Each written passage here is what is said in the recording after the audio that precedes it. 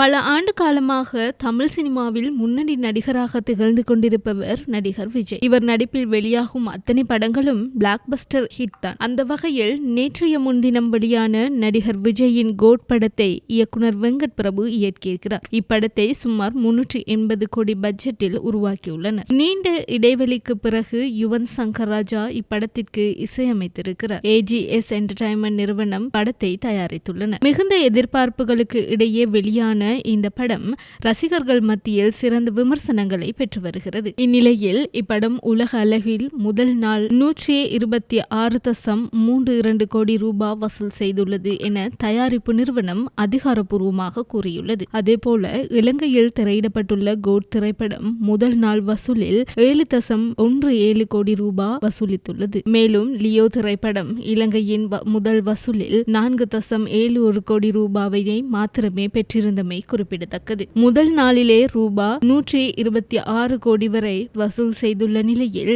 இனிவரும் நாட்களில் இப்படத்தின் வசூல் பல சாதனைகளை படைக்கும் என எதிர்பார்க்கப்படுகிறது.